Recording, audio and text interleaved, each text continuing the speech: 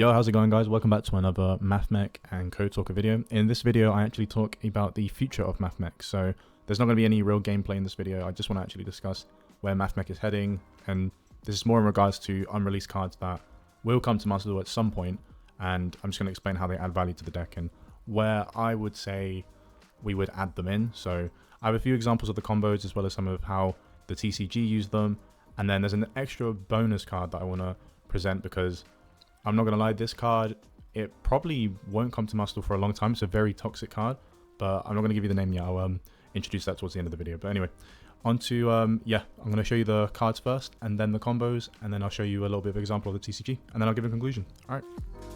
Okay, so as planned, I'm going to go through the cards that are not released yet to Master Duel, but I think will be a great support line to the Mathmech plays. So without further ado, I'll just jump straight into it. So Firewall Defenser, essentially what this does is as soon as it's used as a link material for a Cyberse monster, you can special summon a Firewall monster from the deck to the main field, and that could be either Phantom, which I'll go into in a second, or Guardian, which is already in Master Duel. Guardian is a level 4, so essentially you're going into the Alan Bersham plays if you choose Guardian over Phantom. Now, Defenser has a nice secondary effect, which I like. We tend to end with Terahertz on our board, whether it's with Heat Soul or without, but we tend to want Terahertz on the starting board. So having this secondary effect basically adds a layer of protection to destruction cards like Raigeki and Lightning Storm. So I think this is really good. And it also saves you from using up your Desavewurm ability, which we'll go into in a moment. Shouldn't click through them like that, to be fair. But anyway, I'm going to timestamp all these, so feel free to skip through any of them if you do know them. But if you don't know any of them, then I suggest you kind of go through them one by one.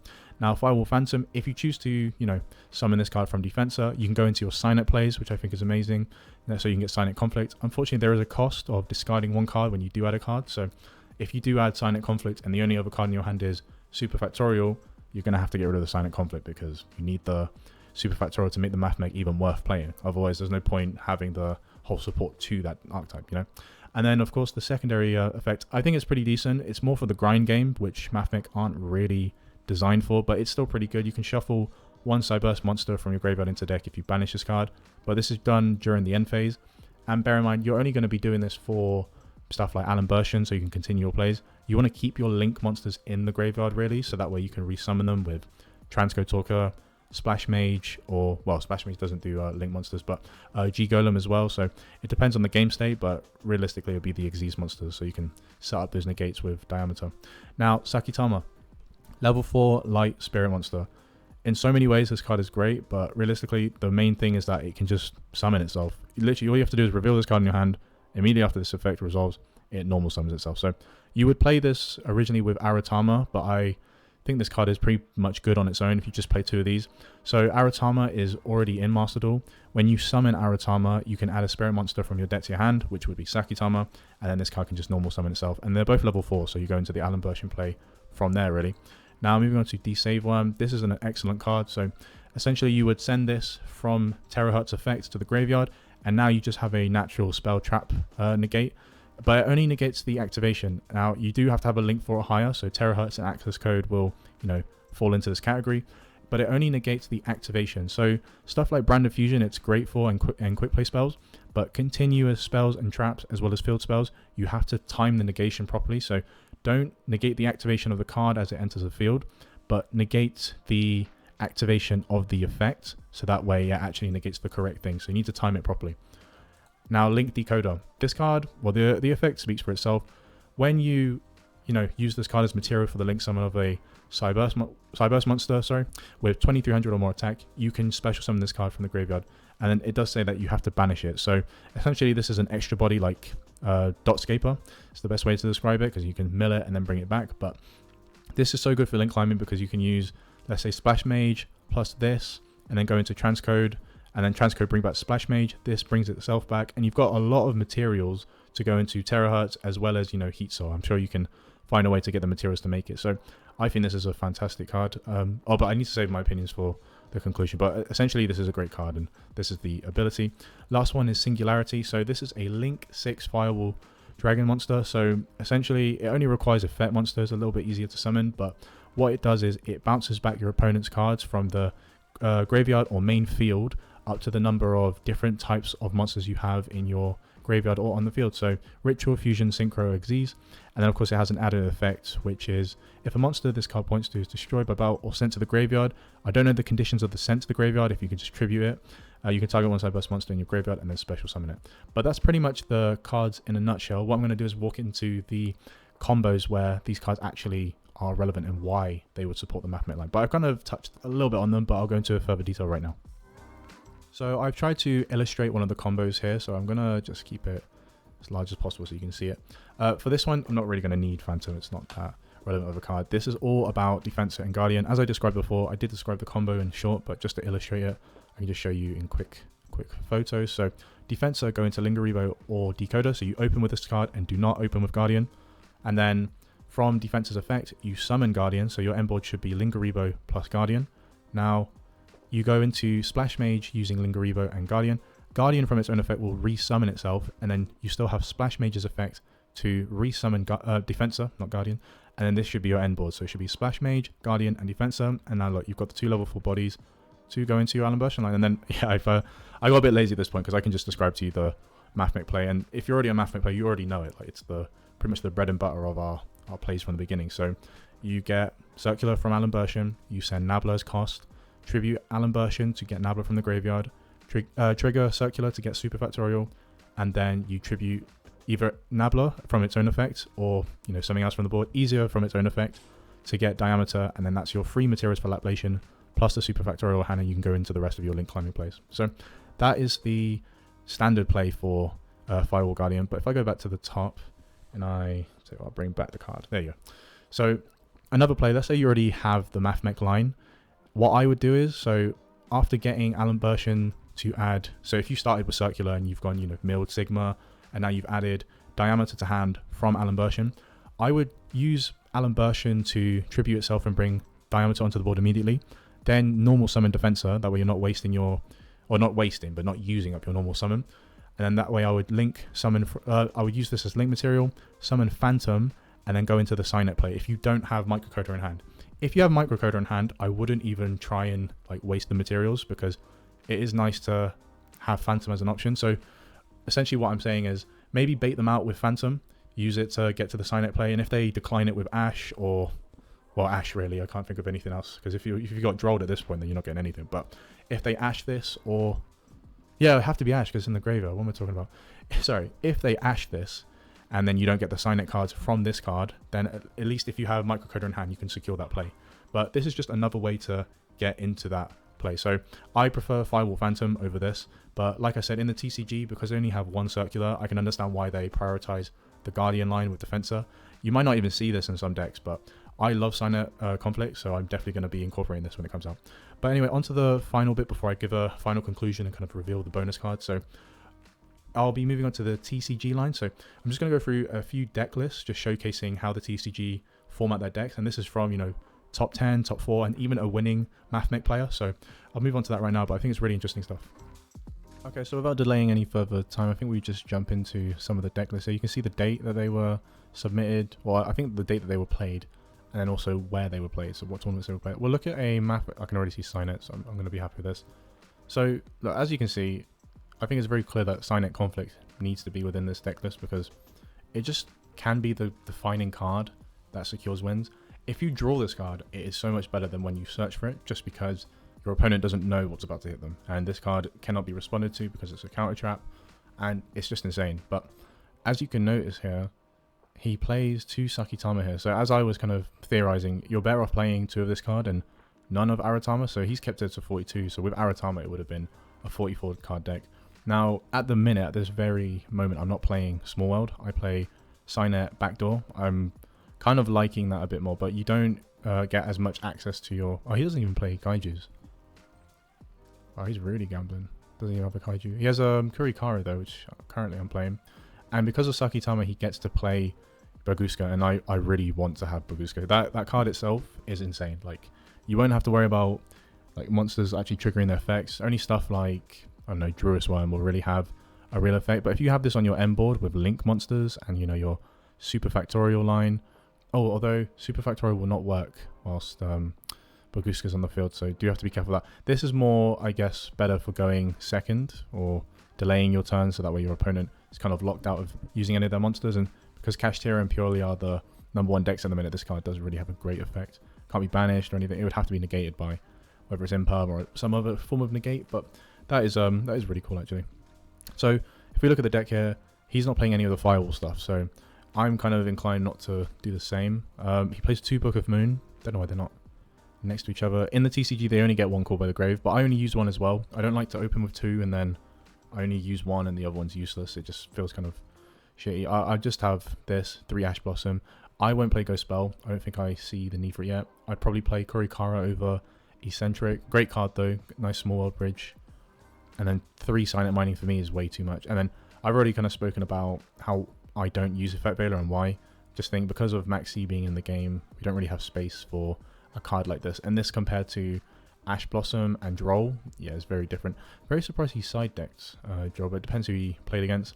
And Nibiru, I'd always play Nibiru. But thing is, we are a best of 1, so I suppose in the case of, you know, this is your best generic version, and then if you once you find out what you're playing against in the, TCG, because it's three games, best of 3, then you can start siding in stuff that's more relevant. But I wouldn't play Chaos Hunter, not a fan. I'd probably do Artifact over Chaos Hunter. But I don't know if you noticed, but he didn't play Terahertz or the Desavewurm line either. So this guy is very much just Mathmech with some of the Codetalker support. So very interesting to see, but I had no doubt that the win was because of stuff like Silent Conflict, because that card is just amazing. The whole support system from Codetalkers to Mathmech is incredible. So I'm only going to go through 2 more deck lists because I just want to keep this quite brief, but we'll just click on. So this one says Firewall Mathmech. Let's see how he goes. So yeah, as I said before, 3 Defenser and then 1 Guardian. You want to open with this card and not this card. Ideally, you want to open with Circular, but if you don't open with Circular, this is the other card you want to, because essentially it's a 1-card combo going into Circular's 1-card combo. So that is pretty much how they divide that. You see he's not playing Phantom. Is he even side decking it? No, not at all. But at least he's playing the Terahertz line with Desavewurm. And then, yeah, he's not playing the Silent Conflict line. So I'm sure he's a great player, but that would have added some impact for sure. But this is it's definitely a core Mathmech and Firewall deck. You can see he's playing 2 of each, maybe 1 addition, but 2 diameter. Try and get into the core monsters. And he doesn't play Multiplication or Nabla, so I can see that he goes for more of this line.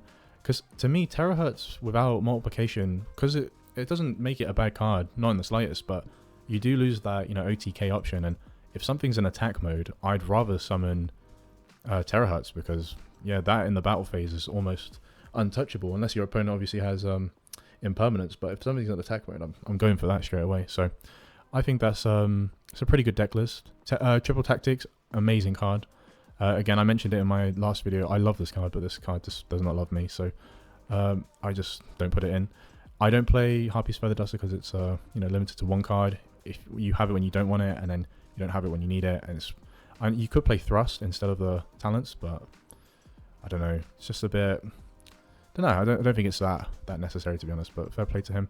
And then of course Ghost Mourner. This is a really good card actually. I'm thinking about buying this because they're just very effective in dealing damage to your opponent once they're like in the middle of climbing, and it negates the effects of a monster. So I do think it's very good. So that's pretty much the Firewall Mathmech stuff. And see if they got a Spirit one. Who's done better? So this one's a bit more recent, but we'll go with the one that's done slightly better. So you got top 4. Okay. So as you can see, look, he plays 2 Sakitama, 2 Aratama, and none of the Firewall stuff. So I do think you have to choose between the 2. I think I would play more Sakitama than I would Firewall, but it depends how. It depends, because I like Firewall Phantom as a backup for Signet plays, because I just always want that card on the board, if I'm being honest. Now, I wouldn't play 3 of each. That's crazy in my eyes.